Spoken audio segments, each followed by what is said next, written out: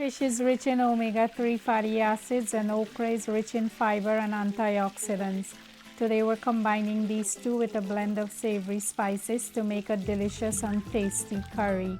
And we're going to be making some plain rice to go with it. Thanks for stopping by again, guys. I am feeling very grateful and blessed.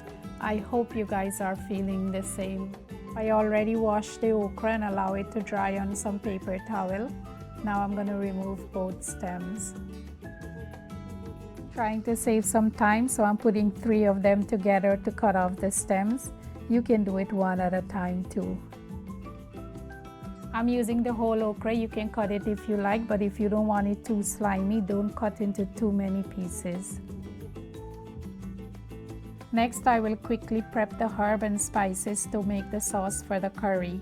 I have some fresh garlic, fresh turmeric, fresh celery, onion, tomatoes, and I'm also cutting 1 extra tomato and some cilantro. This will go directly into the curry, and 1 habanero pepper. Now I'll put these in the blender, adding a small amount of water, and I'll blend it into a liquidy paste. And the consistency doesn't have to be extremely smooth. It's good here. I'll stop the blender and set it aside and start prepping the fish. I have 3 pieces of gray snapper steak I already washed with some lemon juice. I'm adding some salt, garlic powder, ground black pepper, some turmeric powder, and some red chili powder. Snapper meat is delicate, so you want to gently pat and rub the spices on it. You want to also get the spices on both sides. You can flip it and rub them against each other to distribute the spice. And if you cannot find the snapper steak, the cut up snapper chunks works great for the curry also. Next, we're going to fry the fish. I'm adding some cooking oil in a frying pan to hot. My stove is on medium to high heat. And you can definitely skip this step if you don't want to fry the fish before making the curry. I do it sometimes. You want to make sure the oil is hot before adding the fish. And if you don't want to add any type of coating to fry the fish, try to season it right before frying. If it sits too long with the salt, it will accumulate extra moisture. I didn't add any coating to this recipe. You don't want to overcook it here because we're going to cook it again in the curry, about 2 minutes on each side. I'm going to flip it and let it cook on the other side for another 2 minutes.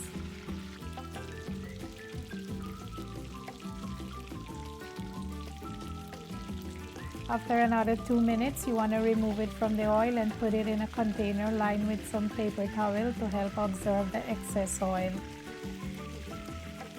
And guys, please be careful, the oil is very hot. Now we're going to saute the okra for a couple minutes. I'm using the same pan, but I pour out most of the oil. And you can also skip this step if you like your okra with the gooey mouthfeel.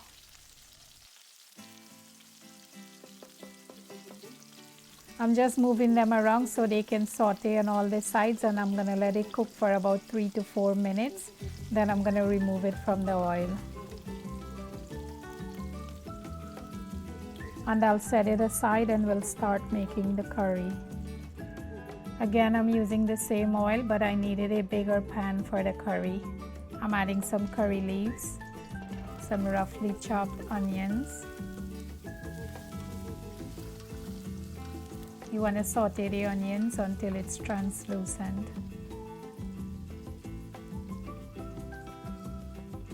In the meantime, I'll prep the masala. In a small bowl, I'm adding some garam masala, some cumin powder, and some curry powder. I'm adding a small amount of water to make a paste. And I'll add it to the pan.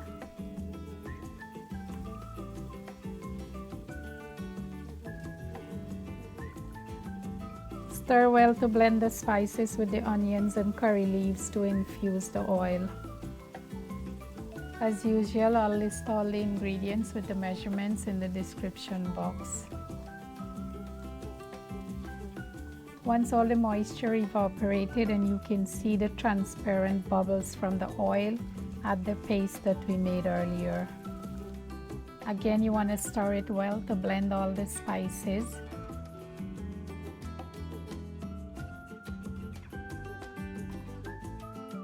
Next, I'm going to add some salt, and the amount of salt can vary depending on your taste. After you combine all the spices and seasoning, you want it to simmer on medium to low heat for about 4 minutes, stirring occasionally so it doesn't stick to the bottom of the pan and burn. This will infuse the oil and give you a strong and flavorful aroma. In the meantime, we're going to put the rice to boil.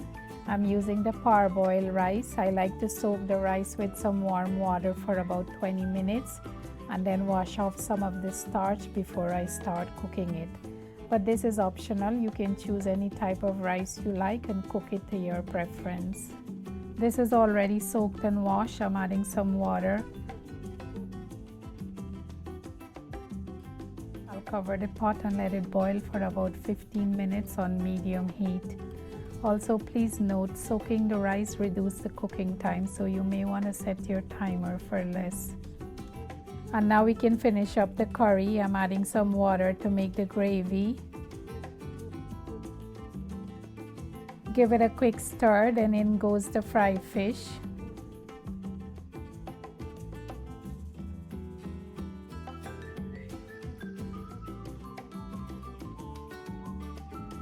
The okra.